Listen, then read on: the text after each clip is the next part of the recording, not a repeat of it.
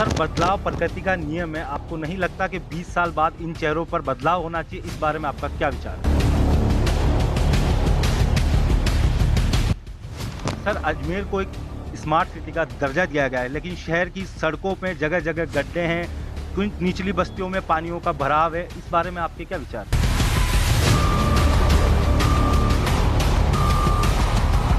जय हिंद दर्शकों, N Bharat news पे मैं अभिषेक सिंह आमेरा आप सभी का हार्दिक अभिनंदन और स्वागत करता हूं। हमारे कार्यक्रम चेहरे में आज हमारे साथ मौजूद हैं उत्तर विधानसभा से संभावित प्रत्याशी हरीश जी गिदवानी पेन वाले। सर, आपका सबसे पहले मैं बहुत बहुत आपका हार्दिक अभिनंदन और स्वागत करता हूं। सर, मेरा पहला सवाल आपसे यही रहेगा कि लगातार 20 वर्षों से भाजपा अजमेर में एक ही चेहरों पर चुनाव लड़ते आ रही है, लेकिन जबकि देखा जाए तो वहाँ के स्थानीय निवासियों का लगातार दोनों विधायकों पर घरों पर प्रदर्शन विरोध रहता है। इस बारे में आपके क्या विचार हैं? नमस्ते, मेरे सभी अजमेर वासियों को प्रणाम मेरा। पूरे एन भारत चैनल का धन्यवाद, आपका भी धन्यवाद। आपको पता है कि पूरी देश की जनता, अजमेर की जनता, राजस्थान की जनता, पूरी जनता बीजेपी के ऊपर तहे दिल से विश्वास करती है। इसी कारण से 20 वर्षों से लगातार हमारे दोनों विधायक जीतते हैं और ऐसा कुछ भी नहीं है, इन्होंने दोनों ने काम भी किया है। और ऐसा कि उनके 4 दफ़ों के कार्यकाल के अंदर 2 दफ़े कांग्रेस की सरकार रही है और कांग्रेस के सरकार आते ही उनके काम में काफ़ी रुकावटें आती है। इस कारण से छोटी-मोटी जो समस्याएँ आती रहती है।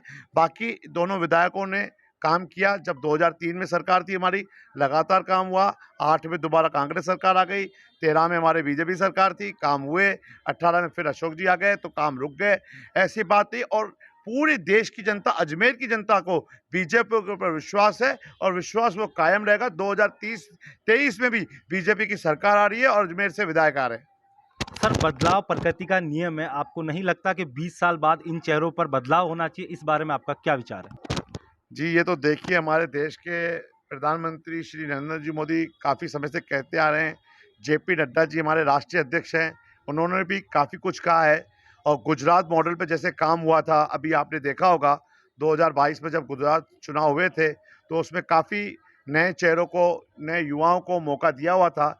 और राजस्थान में भी मैं समझता हूँ इस बार काफ़ी परिवर्तन होगा।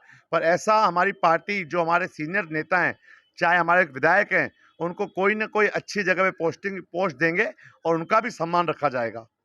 सर, अजमेर को एक स्मार्ट सिटी का दर्जा दिया गया है, लेकिन शहर की सड़कों पे जगह-जगह गड्ढे हैं, कुछ निचली बस्तियों में पानियों का भराव है। इस बारे में आपके क्या विचार हैं? सर देखिए, स्मार्ट सिटी दिल्ली से पैसा लगातार आ रहा है, पर आज 4 साढ़े 4 सालों से कांग्रेस सरकार है। चाहे इसकी मॉनिटरिंग कलेक्टर जो भी रहे हों उस टाइम में कार्यकाल में, सारे कांग्रेस सरकार के, राज्य सरकार के अधीन आते हैं। उनकी कहने अनुसार वो काम करते हैं और काफ़ी जो स्मार्ट सिटी, जो नरेंद्र मोदी जी ने अजमेर को स्मार्ट सिटी का सपना देखा था, उन्होंने तो अपनी तरह से पूरा प्रयास किया, पूरा फंड भेजा, अजमेर को स्मार्ट सिटी से जोड़ा। पर यहाँ के अधिकारियों और कांग्रेस सरकार के कारण से प्रॉपर वे से स्मार्ट सिटी पे काम नहीं हो पाया। इसके लिए अजमेर का ये दुर्भाग्यपूर्ण बात है। सर, अजमेर में विकास के कार्य कहाँ-कहाँ रुके हुए हैं और इनमें आप किनको दोषी मानते हैं और इन कार्यों में किस प्रकार से सुधार होना चाहिए? सर जैसे कि मैं बताऊं, कल भी मैंने एक न्यूज़ चैनल पे इंटरव्यू किया था, तो जेएलएन हॉस्पिटल का तो सबसे पहले मैं उद्धार करूंगा। और जैसे आपको पता है कि काफ़ी समय से बीसलपुर अजमेर के लिए बना है और अजमेर की जनता को प्रॉपर तरीके से पानी नहीं मिल पा रहा है, पर उसके भी कुछ कारण हैं, जैसे उसका स्टोरेज। तो इस बार अगर मैं विधायक जब बनूंगा और बन रहा हूं, तो मैं सबसे पहला कार्य जेएलएन वाला और ये स्टोरेज, पानी की टैंकियों का निर्माण करूंगा। हर वार्ड वाइज के हिसाब से, बस्ती वाइज के हिसाब से पानी को टैंकियों का विस्तार होगा। और राजकीय जो स्कूल हैं, शिक्षा नीति, जो हमारी नई शिक्षा नीति मोदी जी ने दी है आज देश को, उसके हित के अंदर भी काफ़ी काम करूंगा। स्कूलों का उद्धार करूंगा, जो बच्चों के लिए ग्राउंड हो, स्कूल में लैब हो, बैठने के लिए जगह हो, प्रॉपर तरीके से पंखे हों, जैसे आम आदमी सरकारी स्कूल में अपने बच्चों को भेजने से घबराए नहीं। सर, भारतीय जनता पार्टी यदि आपको इस बार प्रत्याशी के रूप में मैदान में उतारती है, आप खुद एक व्यापारी है, तो व्यापारी महासंघ आपको कितनी मजबूती प्रदान करेगा? आप उनके लिए क्या करेंगे और जनता के किस मुद्दों को लेकर आप उनके समक्ष जाएंगे? विकेश जी, एक बताऊं, मुझे अजमेर की जनता का प्यार मिल चुका है, मिल रहा है लगातार।